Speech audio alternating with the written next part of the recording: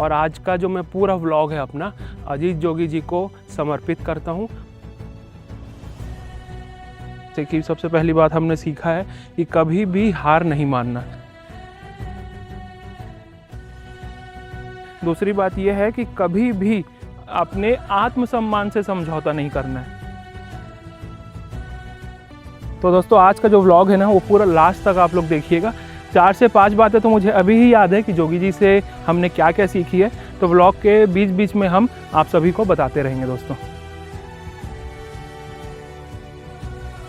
वाहेगुरु जी का खालसा, वाहेगुरु जी की फतेह। एक और नया दिन, एक और नया व्लॉग।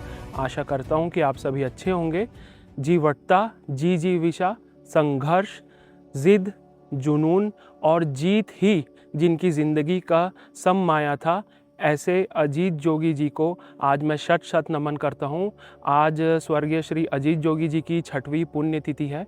अजीत जोगी जी से हमने बहुत कुछ सीखा है, बहुत कुछ जाना है। इस एक वीडियो में सारी बातें बताना तो असंभव है, फिर भी आज हम कोशिश करेंगे पूरे जो व्लॉग है ना उसमें अजीत जोगी जी से हमने क्या सीखा है उनसे रिलेटेड कुछ कुछ बातें हम आपको बताएंगे। और आज का जो मैं पूरा व्लॉग है अपना अजीत जोगी जी को समर्पित करता हूँ। अभी दोस्तों मैं रेडी हो चुका हूँ और ना ऑफिस के लिए निकल रहा हूँ। ऑफिस के कामों को कंप्लीट करेंगे और आज ना सोच रहे हैं कि मैं और एरिश ब्लड डोनेशन करेंगे अजीत जोगी जी की पुण्यतिथि में। तो ना जो गवर्नमेंट हॉस्पिटल का ब्लड बैंक है ना वहाँ पे बात किए हैं, वहाँ पे ब्लड डोनेशन करेंगे। तो एरिश तो देगा ब्लड, एरिश तो देगा ही ब्लड। मैं एक बार वहाँ जाके पता कर लूँगा, क्योंकि ना जनवरी में टाइफाइड हो गया था मेरे को, तो वो 3 महीने बोले तो थे 3 महीने तक आप ब्लड नहीं दे पाएंगे। तो एक बार ना ब्लड बैंक में भी पूछ लेंगे, अगर वो बोलेंगे मैं दे सकता हूँ ब्लड तो मैं ज़रूर से दूंगा।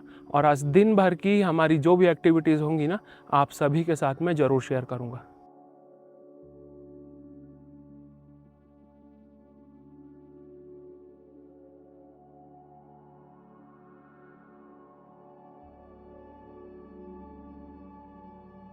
तो दोस्तों ऑफिस के काम भी ना हमारे हो गए हैं, अभी वीर जी लोग आ गए हैं।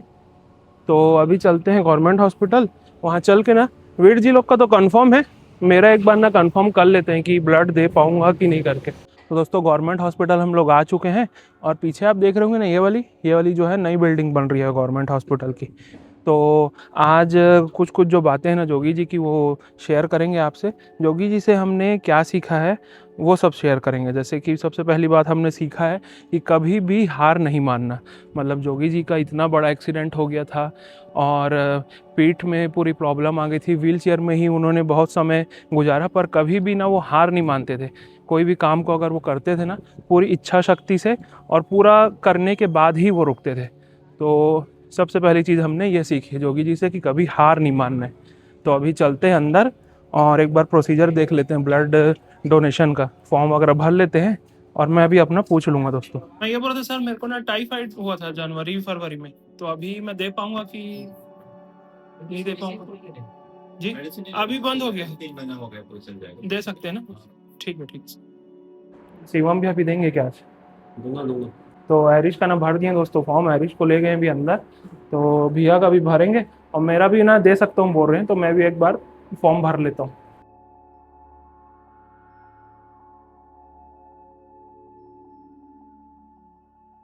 तो जनवरी में हुआ था भैया? अगले जनवरी के दिन होगा। अगले जनवरी को? ठीक है। अभी वो वाले सर ना 3 महीना बताए, टाइमिंग चेंज होते रहते कभी? नया आया है यार, गाइडलाइन आता है उसके अनुसार काम करते हैं। 12 महीना तक नहीं दे सकते। अरे मतलब जनवरी में ही देंगे, अगले जनवरी में? सबका अलग अलग है ना सर, ऐसे कितना सारा है, पूरे ठीक डिफर है, का ही है। फॉर्म को भर दिए थे वो। ठीक है। तो दोस्तों एरिश का ना हो गया अभी और मेरे को ना अभी मना कर रहे हैं जो सर हैं, जो बाहर वाले सर थे ना 3 महीना बोल रहे थे, पर अभी जो सर है ना अंदर वो बोले कि मतलब लिस्ट चेक किए उसमें 1 साल का गैप करना ज़रूरी है बोले। तो अभी मैं नहीं दे रहा हूँ, 1 साल बाद अब मतलब सीधा जनवरी में ही देंगे। तो अभी शिवम भैया भर रहे हैं फॉर्म, शिवम भैया भर लेते हैं फॉर्म ना, फिर उनका भी हो जाएगा।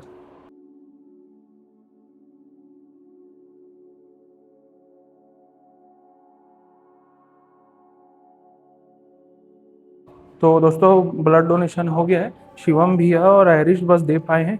मैं नहीं दे पाया हूँ, थोड़ा मन उदास हो गया उस नाम से। मैं ना दूंगा करके सोचा था, और जो पहले वाले सर थे ना वो बोले कि आप दे सकते हैं करके, मतलब 3 महीने में दे सकते हैं। पर जो अंदर सर बैठे थे ना वो लिस्ट वगैरह कुछ चेक किए, तो टाइफाइड का ना बोल रहे थे कि 1 साल में आप देंगे करके। तो हमारा कैंसिल हो गया, अब सीधा जनवरी में ही देंगे।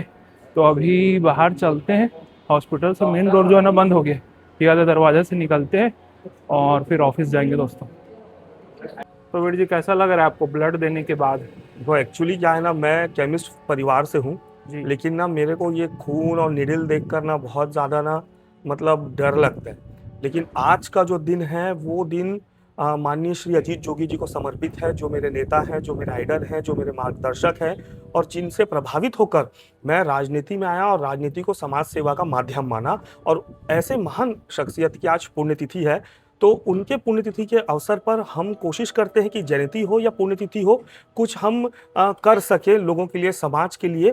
तो आज मैं आया अपने दोस्तों के साथ, और मैं जो हमारा जिला मुख्यालय का ये जो अस्पताल है वहाँ पर आकर मैंने रक्तदान किया। और मैं समझता हूँ कि रक्तदान जो है वो महादान है, और यह रक्तदान करके मैं छत्तीसगढ़ प्रदेश के प्रथम मुख्यमंत्री, हमारे प्रदेश के भाग्य विधाता स्वर्गीय श्री अजीत प्रमोद कुमार जोगी जी को अपनी सच्ची श्रद्धांजलि दिया। और मैं आपके माध्यम से सगन रियल सगन व्लॉग के ज़रिए भी मैं महासमुंद के लोगों से ये निवेदन अपील करता हूँ। जब मैं यहाँ पे रक्तदान देने आया तो मुझे यहाँ पर बताया गया है कि अभी जैसे गर्मी भी है और लोग जो है वो अवॉइड करते हैं ब्लड देने का, और अगर देते भी हैं तो जो प्राइवेट है वहाँ पर जाकर देते हैं, ब्लड को डोनेट करते हैं। तो यहाँ पर ना बहुत अभाव है, और जो मरीज़ हैं उन्हें बहुत ज़्यादा परेशानियों का, दिक्कत का सामना करना पड़ रहा है। तो मैं महासमुंद की जनता से विशेष निवेदन करता हूँ कि आप रक्तदान करें, अवश्य करें। आपका एक छोटी सी पहल किसी के जीवन को बचा सकती है। और ये जो महासमुंद का जिला मुख्यालय, हमारा जो अस्पताल है, जिले का अस्पताल है, यहाँ आए और रक्तदान करें। और मैं पुनः एक बार छत्तीसगढ़ प्रदेश के प्रथम मुख्यमंत्री स्वर्गीय श्री अजीत प्रमोद कुमार जोगी जी की इस पुण्यतिथि के मौके पर उन्हें भावभीनी श्रद्धांजलि देता हूं। और एक्चुअली क्या है, सगन तेरा व्लॉग जो है वो सारे यंगस्टर्स देखते हैं, तो उन्हें मैं इस वीडियो के माध्यम से ये बोलना चाहता हूं, जो हमारे बच्चे हैं, जो यंगस्टर्स हैं, उन्हें इस व्लॉग के ज़रिए मैं कहना चाहता हूं कि श्री अजीत जोगी जी कौन थे। श्री अजीत जोगी जी इस प्रदेश के प्रथम मुख्यमंत्री थे, जो 3 साल छत्तीसगढ़ को विकास की नींव उन्होंने प्रदान की और ऐतिहासिक काम किए, जिसका अगर आपको छोटा सा एग्जाम्पल देखना है ना, तो आप चाहे माना एयरपोर्ट चले जाएं, चाहे पुरखौती मुक्तांगन चले जाएं, चाहे महासमुंद के जिला अस्पताल आ जाएं, आप जितने बड़े बड़े चीज़ें जो छत्तीसगढ़ में हुई हैं, जो डेवलपमेंट हुए हैं, वहां आप जाएंगे ना तो सामने आपको एक पत्थर दिखेगा। उस पत्थर में यह लिखा रहेगा कि शिलान्यास डॉक्टर रमन सिंह। लेकिन जब आप अंदर कहीं जाएंगे ना तो एक टूटा फूटा पत्थर आपको दिखेगा, जिसमें यह लिखा होगा कि भूमि पूजन तत्कालीन मुख्यमंत्री श्री अजीत प्रमोद कुमार जोगी जी। तो देखिए, ये जोगी जी का सोच था। जो 3 सालों में जोगी जी ने ऐतिहासिक काम किए हैं, उन्होंने विकास की जो नींव और इबारत लिखी है, एक बेहतरीन इंफ्रास्ट्रक्चर छत्तीसगढ़ के लोगों को देके गए हैं कि आज 15 साल डॉक्टर रमन की सरकार, अभी भी बीजेपी की सरकार, जोगी जी की जो वो 3 साल की जो उन्होंने एक विकास की रेखा खींची थी ना, उसे आज तक बढ़ाते जा रही है सरकार। मतलब सोचो, इतने विजनरी लीडर थे कि 3 साल के ऐतिहासिक काम जो आज भी हम देख रहे हैं।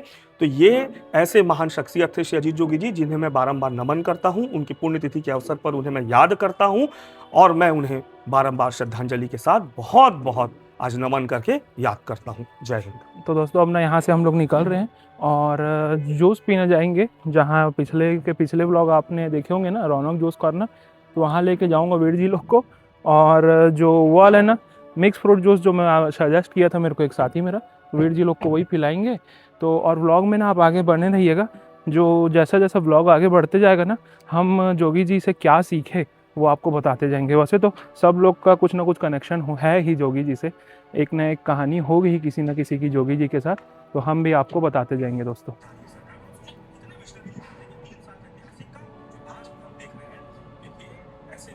हमारा मैंगो शेक आ गया दोस्तों, और भैया का ना आ रहा है अभी मिक्स फ्रूट। हम लोग मैंगो वाले हैं, मिक्स फ्रूट उस दिन ट्राई कर लिए थे, आज मैंगो करेंगे। तो दोस्तों, वापस से ना ऑफिस आ गया था मैं, ऑफिस के काम भी लगभग हो गए कंप्लीट। अब ना जाएंगे घर लंच करने, और ना बरसात हल्की हल्की चालू हो गई है। आसमान आप देख रहे हैं पूरा काला हो गया आसमान, और आंधी तूफान चल रही है। तो सीधा अभी घर चलते हैं हल्की हल्की बरसात का मज़ा लेते हुए। लंच वगैरह करके फिर से ऑफिस आएंगे दोस्तों। कहाँ घूम रहे हो भाई? क्रिकेट खेलने आए थे भैया। अरे तो बारिश हो रहा था, कैसे धूप निकल गई यार, देखो नहीं है ना। और सब बढ़िया, बढ़िया। छुट्टी चल रहा है अभी मतलब। हम्म ठीक है भाई। हो गया खाना पीना? हम्म। तुम लोग जल्दी कर लियोगे, मैं अभी आया हूँ खाना खाने। कान में देखा ना। हाँ, वो उसमें सामान वगैरह था, निकाल रहा था उसमें से। ठीक है भाई। ये तो फिर तेज हो रहा है पानी। तो दोस्तों वही भाई लोग मिल गए थे हमारे ऑफिस से। जब मैं निकला था ना तो पूरा बदली छाया हुआ था, अभी पानी तो गिर रहा है, हल्का हल्का बरसात हो रहा है, आपको कैमरे में समझ नहीं आ रहा होगा, पर धूप भी बहुत ज़्यादा निकल गई है। और अभी बारी है दूसरी बात की जो हमने जोगी जी से सीखी है।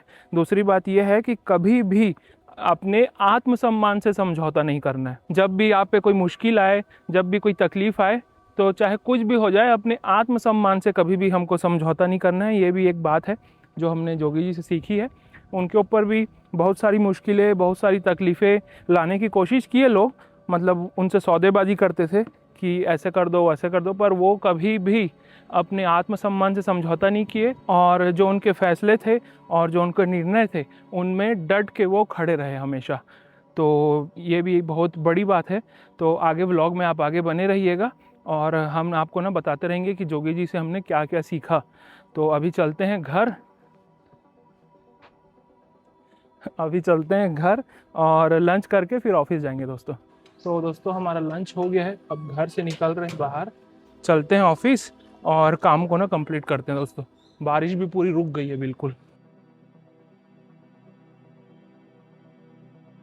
तो दोस्तों ऑफिस के भी हमारे काम हो गए हैं कंप्लीट और अभी ना घर जा रहा हूँ। और तीसरी बात की बात करते हैं। तीसरी बात हमने अजीत जोगी जी से क्या सीखी कि हमेशा बेखौफ होके और निडर होके जीना। क्योंकि जितनी बार भी हमने जोगी जी को देखा, जितनी बार भी वो बात करते थे, बेखौफ होके और निडर होके ही करते थे। जितने भी बड़े नेताओं से वो बात करते थे या बड़े नेताओं के बारे में बोलते थे, तो कभी भी ऐसा नहीं कि कोई बड़ा नेता है तो उसके बारे में नहीं बोलना है। जो सच है वो बेखौफ होके बोलते ही थे और उनको अपने ऊपर पूरा विश्वास था, अपनी मेहनत के ऊपर पूरा विश्वास था। तो जब भी आपको अपने ऊपर और अपनी मेहनत के ऊपर पूरा विश्वास होगा ना, तो आप बेखौफ और निडर होके जिएंगे। तो एक ये भी बात है जो हमने अजीत जोगी जी से सीखी है। तो एक दो बातें और बची हुई है। अभी घर चलते हैं, चाय वगैरह पीते हैं और उसके बाद महासमुंद भ्रमण करते हैं। बीच बीच में आपसे बात करते रहेंगे दोस्तों।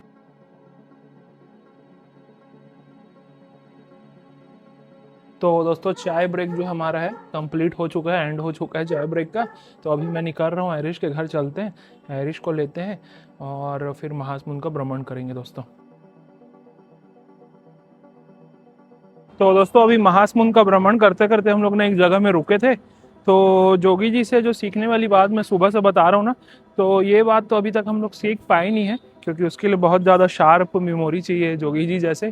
तो उनकी ने एक अच्छी और एकदम मतलब इनक्रेडिबल क्वालिटी में आपको बताता हूँ कि जोगी जी से जो भी रिलेटेड लोग हैं ना वो भी जानते होंगे कि जोगी जी जब भी कहीं जाते थे, मतलब छत्तीसगढ़ के या इंडिया के किसी भी एरिया में, किसी भी गांव में, किसी भी डिस्ट्रिक्ट में जाते थे ना, तो वहाँ वो सबको ना नाम से ही जानते थे, मतलब नाम से ही पुकारते थे। मतलब कितने ही लोगों का उनको नाम याद होगा ये तो हम बता नहीं सकते, पर बहुत से लोगों को ना नाम बाय नेम वो जानते थे सबको। तो जोगी जी से जो जो रिलेटेड लोग हैं ना वो ये बात को ना जानते हैं कि बाय नेम वो सबको जानते थे। और ना एक और क्वालिटी थी उनकी कि जैसे किसी भी धार्मिक स्थल में जाते थे, अगर वो गुरुद्वारा जाएंगे ना, तो सिक्खी से रिलेटेड जो भी हमारे श्लोक होते हैं या फिर जो भी हमारे गुरु ग्रंथ साहिब जी में शब्द होते हैं ना, वो बोल देते थे पूरा, मतलब जैसे उसमें लिखा हुआ है वैसे पूरा बोलते थे।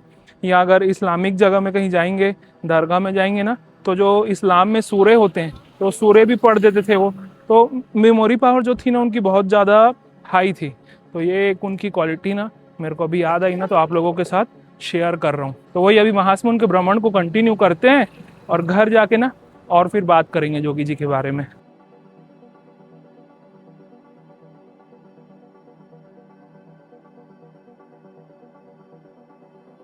तो दोस्तों घर वापस आ चुका हूँ और आज का जो हमारा दिन था बहुत शानदार तरीके से और बहुत अच्छे तरीके से बीता। अभी ना ऊपर आया था, कुछ कुछ सामान थे उसको अरेंज करने था हमको, तो वो कर रहा था। और अब बात करते हैं जोगी जी से, चौथी बात हमने क्या सीखी है। तो जोगी जी से जो चौथी चीज़ हमने सीखी है वो ये है कि हमेशा सीखते रहना और शिक्षा को सबसे ऊपर रखना। क्योंकि जोगी जी ने ना मैकेनिकल इंजीनियरिंग की थी, और मैकेनिकल इंजीनियरिंग जब वो कर रहे थे तो अपने यूनिवर्सिटी में गोल्ड मेडलिस्ट थे वो। और उसके बाद यूपीएससी की उन्होंने परीक्षा दी थी, उसमें आईपीएस बने। वो आईपीएस बनने के बाद आईएएस भी बने। तो जो सबसे टॉपेस्ट रैंक होता है, मतलब शिक्षा के मामले में जो मैं जानता हूँ, वो दोनों उन्होंने कवर किया था, और इंजीनियरिंग भी की थी। तो मेरे हिसाब से छत्तीसगढ़ में सबसे ज़्यादा पढ़े लिखे, सबसे ज़्यादा ऊंचे पदों में रहे जो नेता थे वो अजीत जोगी जी थे।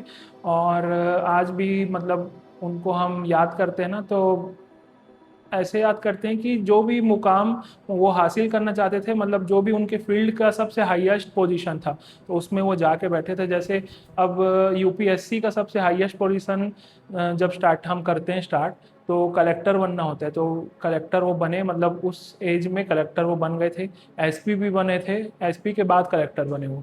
उसके बाद मैकेनिकल इंजीनियरिंग भी अगर किए तो उसमें भी गोल्ड मेडलिस्ट। फिर सांसद जब बने तो राज्यसभा में भी वो रिप्रेजेंट किए हमको।